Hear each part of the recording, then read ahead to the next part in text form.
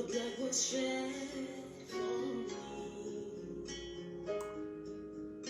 You bore my sins on that cross. And how can I repay you for your love?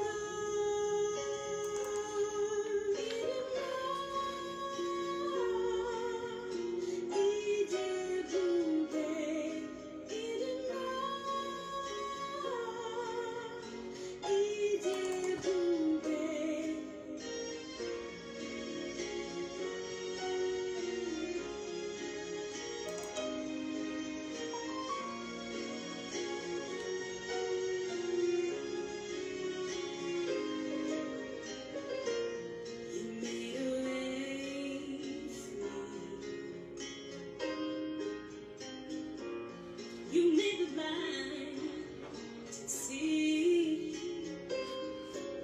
and you gave me your word, so that I live eternally. You took the price for me.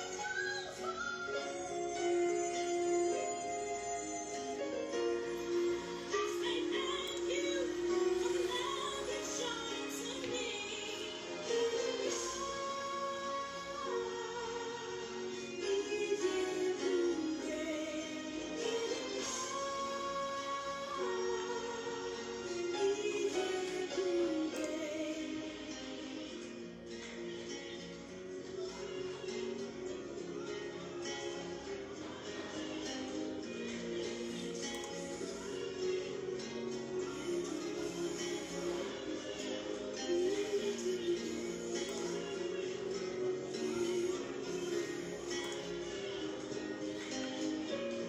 You made a way for me.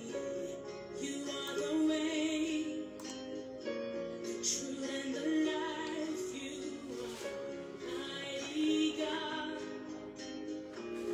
I can depend on you. Your blood was shed for me. I say thank you for the love you've shown to me.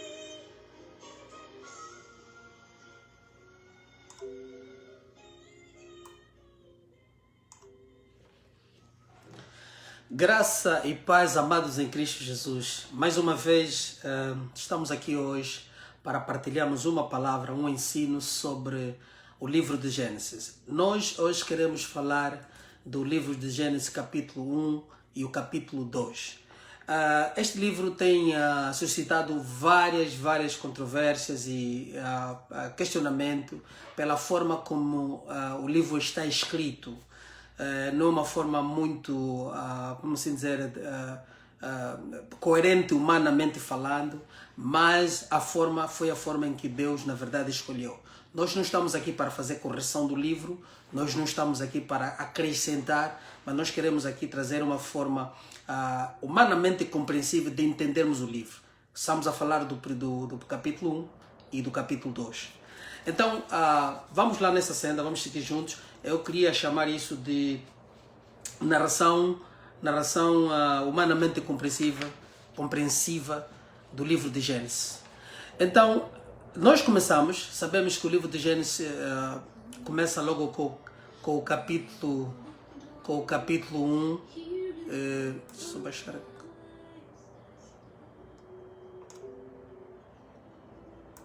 Amém. Começa logo do capítulo 1. Deus vai narrando no primeiro versículo, dizendo que no princípio criou Deus os céus e a terra.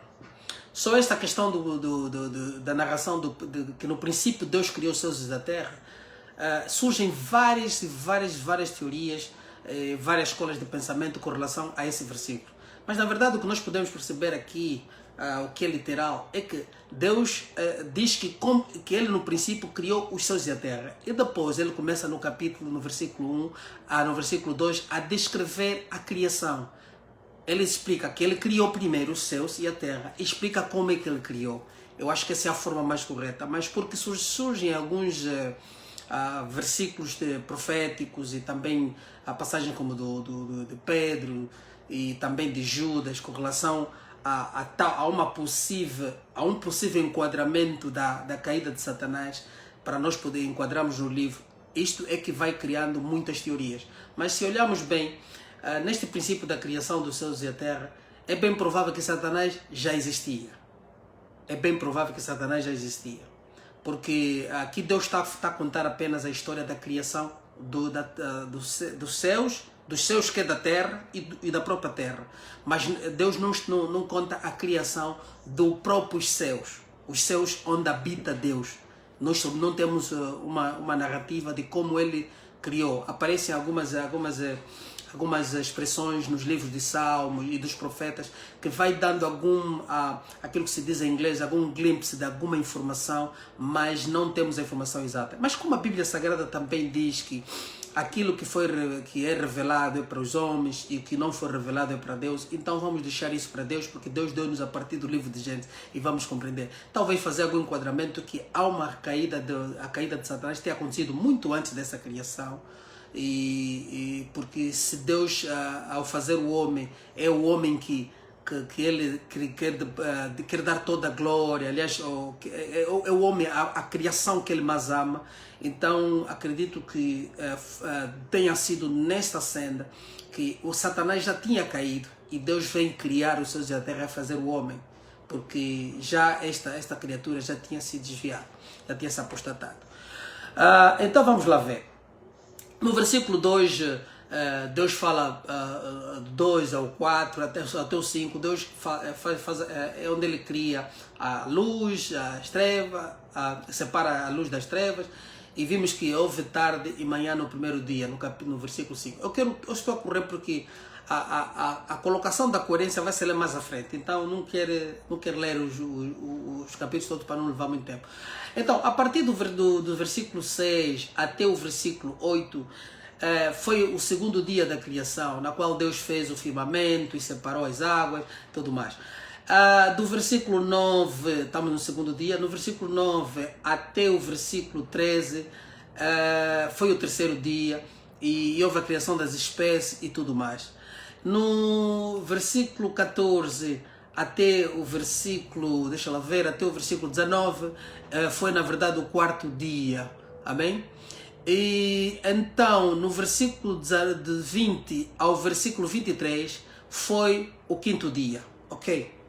É aqui onde eu quero começar, porque toda essa leitura dali do versículo 1 até o 23 tá claro, não há nada por mexer ali, há uma coerência que se segue e a gente pode compreender devidamente. Onde é que surge o questionamento? O questionamento surge a partir do versículo 24. Amém? Então, depois do quinto dia, entramos no sexto dia. No sexto dia que nós temos que entender que perde-se um bocadinho da coerência. Por quê? Porque Deus não conta tudo, mas depois acaba por contar no capítulo 2.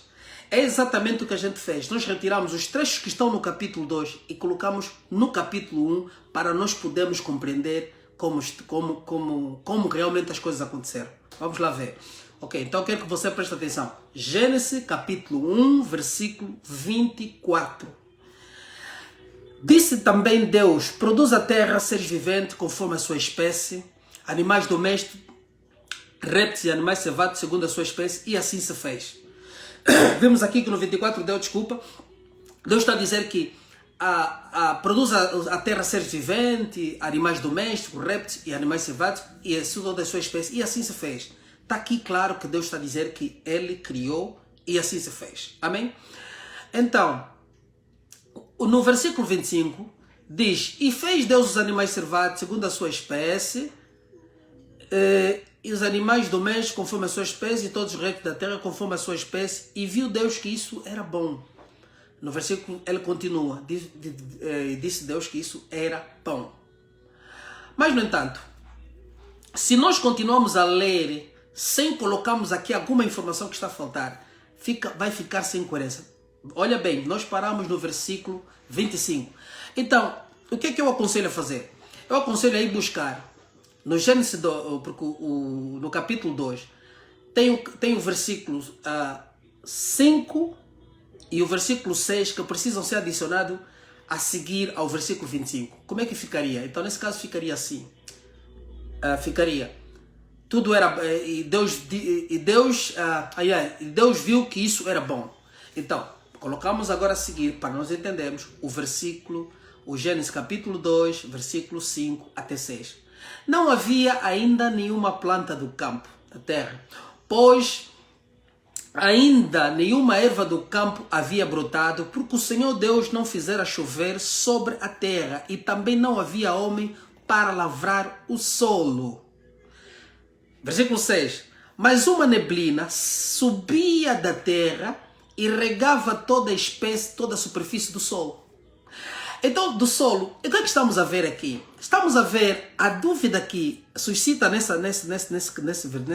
capítulo a ser explicada na narração da criação no capítulo 2. Por isso colocamos este versículo dentro do capítulo 1. Então vimos que, na verdade, quando Deus disse que haja, Deus na sua criação, as coisas que ele chamou à existência, Ele não fez brotar ainda no caso das plantas. Porque ele está aqui a dizer que não havia nenhuma planta do campo na terra, pois ainda nenhuma erva do campo havia brotado, porque o Senhor Deus não fizera chover sobre a terra.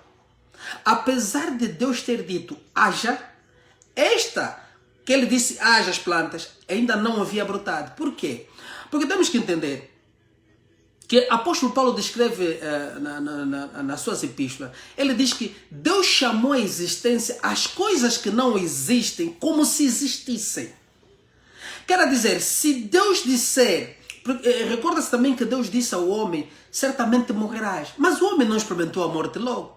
Mas a morte espiritual, que é a ausência de Deus, ele experimentou de imediato. Mas ele foi... vamos dizer, com o tempo ir perecendo, o homem foi perecendo até o estado que nós nos encontramos hoje. Que graças a Deus, para nós que recebemos a Cristo Jesus, fomos restaurados. Aleluia! Então o que acontece?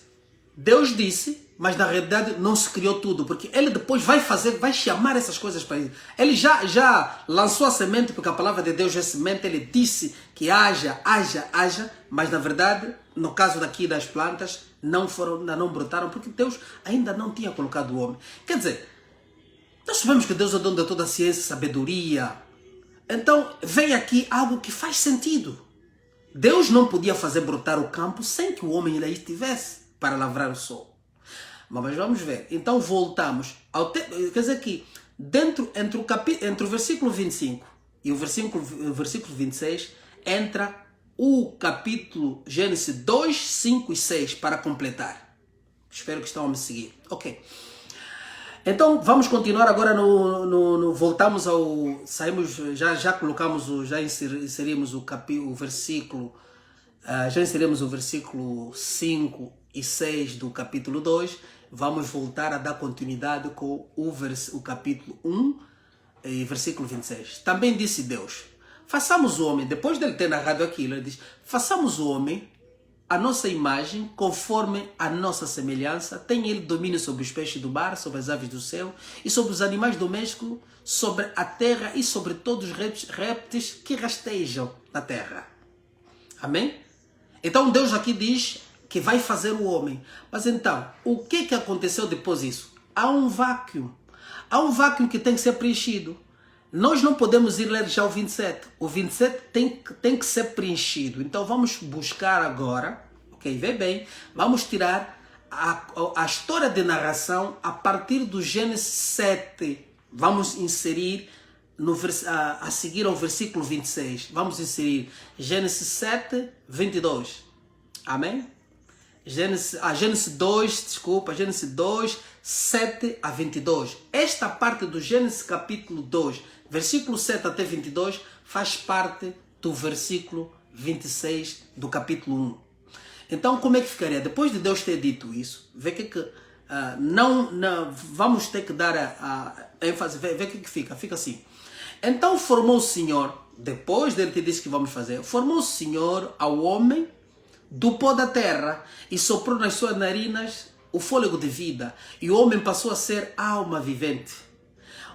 Versículo 8. E plantou o Senhor Deus um jardim Vê que está a fazer sentido. E plantou o Senhor Deus um jardim no Éden.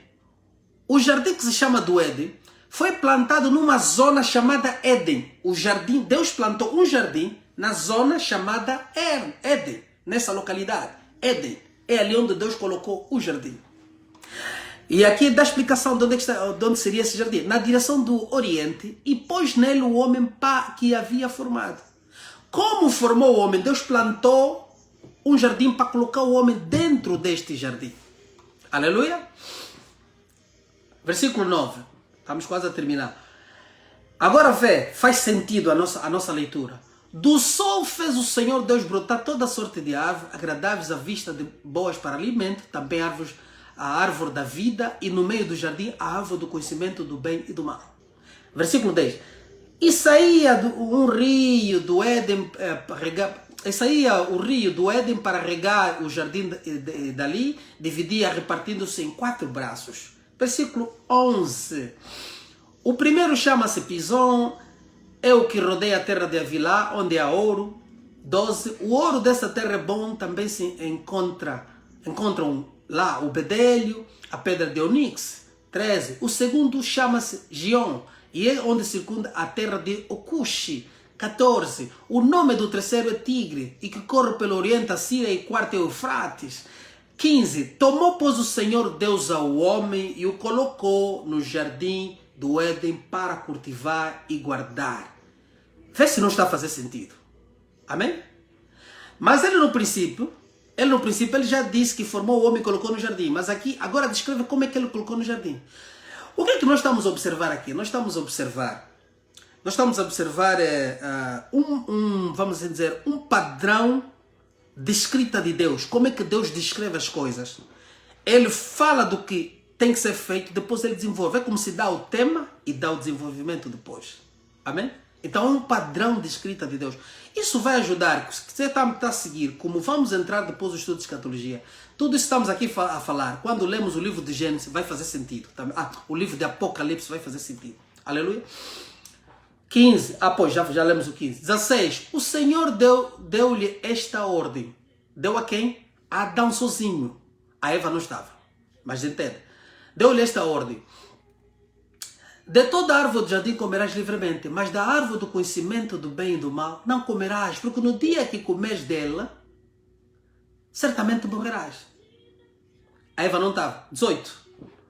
Disse mais o Senhor Deus, não é bom que o homem esteja só, far-lhe-ei uma auxiliadora que lhe seja idônea. Amém?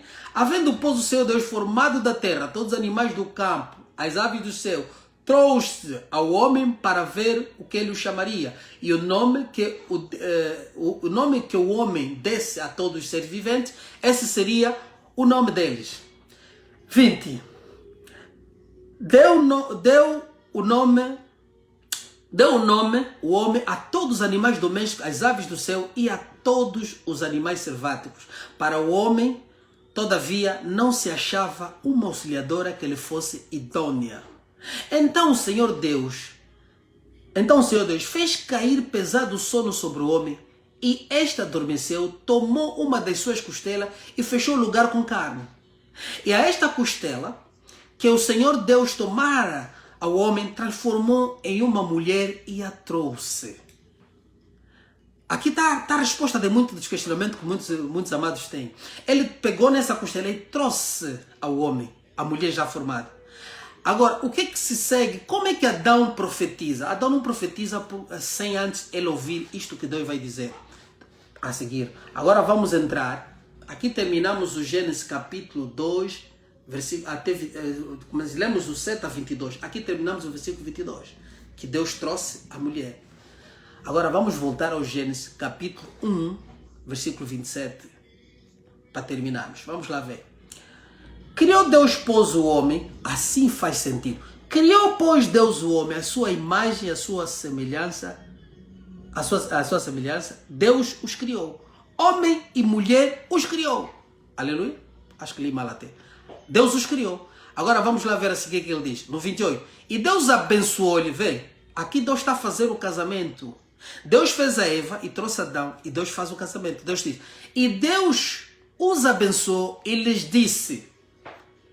Aqui está a resposta de muita coisa. Acredito, há vários questionamentos sobre isso. Ele lhes disse: sede fecundo, multiplicai-vos, enchei a terra, sujeitai-a e dominai os peixes do mar, sobre as aves do céu e sobre todo animal que rasteja pela terra. Aqui temos que parar novamente no capítulo 1, versículo 28 e vamos ter que inserir o capítulo 2, versículo 23 e 25, até 25. Após Deus ter decretado esta ordem de casamento a Adão e dando autoridade na presença de Eva, estava ele e a Eva já neste momento. Então foi assim que Adão, pelas palavras que Deus conduziu a ele, Adão responde no capítulo 2, versículo 23 até 25. Olha o que ele disse. E disse o homem: esta afinal é osso dos meus ossos, carne da minha carne. Chamar-se-á varoa, por canto do varão foi tomada. 24.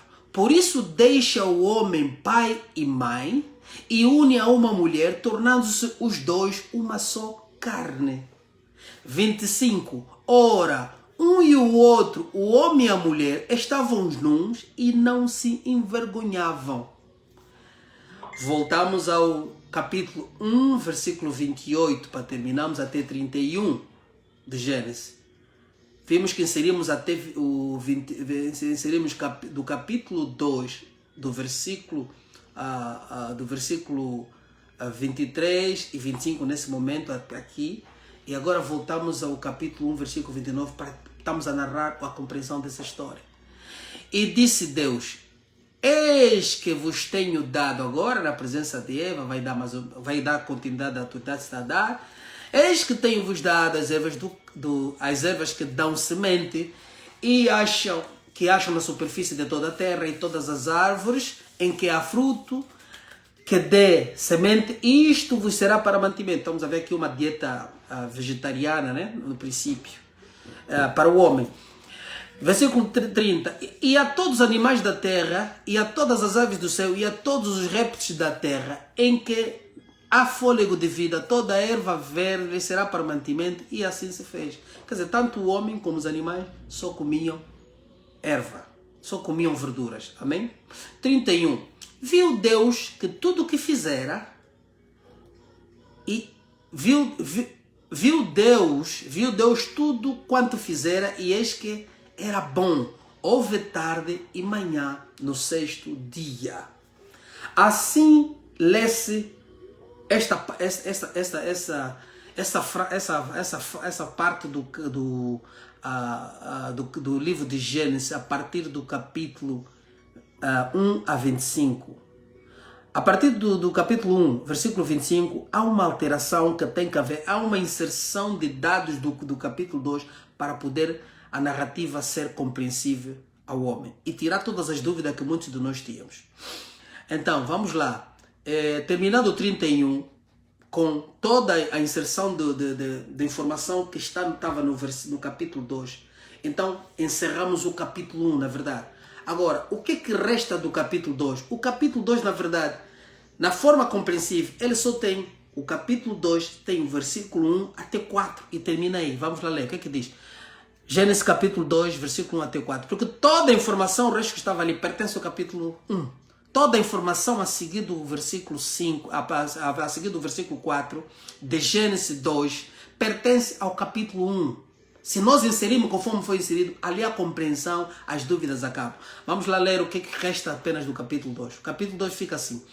Assim, pois, foram acabados os céus e a terra e todo o seu exército. E havendo Deus terminado no dia 7º a sua obra que fizera, descansou nesse dia de toda a sua obra que tinha feito. Abençoou Deus o sétimo dia e santificou, porque nele descansou de toda a obra que como o Criador fizera. Versículo 4, esta é a gênese dos céus e da terra quando foram criados, quando o Senhor os criou. Terminou. Então temos aqui uma compreensão do que é o Gênesis, a leitura do Gênesis capítulo 1 e o capítulo 2. A narração compreensível desse Gênesis fica assim. Não vamos alterar a Bíblia Sagrada. mas a inserção dessa informação dentro do próprio capítulo 1 ajuda-nos a compreender a narração da história da criação. Então, este é o meu contributo que eu tinha a dar quanto ao livro de Gênesis, capítulo 1 e o capítulo 2, porque tem sido muitas as dúvidas com relação a isso. Mas se tu, amado, se seguiste o ensino e colocares esta forma de leitura, inserindo, não alterando, mas inserindo os dados de informação dentro do próprio capítulo 1, o livro de Gênesis flui normalmente, tem uma coerência humanamente compreensível, simples e fácil. Então, esta é a contribuição que eu queria dar a este corpo, e espero que sirva isso para ajudar em algumas coisas, porque depois estaremos aqui também a fazer um estudo mais aprofundado com relação à escatologia, porque é preciso compreender o padrão que Deus fala, como Deus dirige-se, como Deus descreve as coisas, os símbolos que estão prescritos na Bíblia Sagrada, desde o livro de Gênesis até ao livro do Apocalipse. Todas essas descrições de símbolos é necessário compreender, porque há uma questão que eu gostaria, por exemplo, de aqui chamar a atenção. Quando, por exemplo, Deus começa a descrever e vimos que, por exemplo, depois, se continuamos o livro de Gênesis, vamos ver que Adão teve um filho, Caim, matou Abel. Caim e Abel, por estarem nos primeiros livros, Caim e Abel já tornam-se símbolos para a descrição de Deus na Bíblia Sagrada. E como também Abraão, todos os acontecimentos no livro de Gênesis vão se tornando símbolos e padrão da forma de escrever de Deus, para que nós possamos compreender a Bíblia. Então é necessário que o cristão deve mesmo estudar a Bíblia Sagrada completa, deve procurar entender os livros, procurar entender a história. E quando chegamos no Novo Testamento, na verdade, que é a grande revelação muito simples e culta da verdade da salvação, você vai compreender tudo muito facilmente, porque tudo que nós vamos lendo no livro no Velho Testamento são os símbolos, a sombra de Cristo, e consegues, na verdade, ao aprofundar a leitura, encontrar a verdade, Cristo em muitas das coisas que estão dadas para o povo de Israel. Nesse caso, porque nós éramos gentios, não tínhamos acesso a essa salvação, mas aquilo que foi dado ao povo de Israel, nós vamos começar a compreender os símbolos e a sombra de Cristo presente em todos aqueles tantos rituais, os ensinos, alguns acontecimentos. Não é que você tem de fazer Cristo em tudo, como muitos tentam fazer. Isso ali é heresia. Não. Estamos a falar aquilo, vamos dizer, a compreensão literal do texto, a intenção do próprio autor, nós vamos encontrá-la nos livros do Novo Testamento sobre Jesus Cristo. Então, graça e paz, fiquem bem na paz do Senhor, e que tenham um bom sábado, e que nós estaremos aqui no domingo, para então damos o nosso estudo live a partir do canal Zoom. Quem estiver interessado pode se inscrever no canal, que nós vamos iniciar em breve as postagens do trabalho que temos a fazer, estudo bíblico em grupo. Deus abençoe a todos, no nome do Senhor Jesus Cristo. Shalom.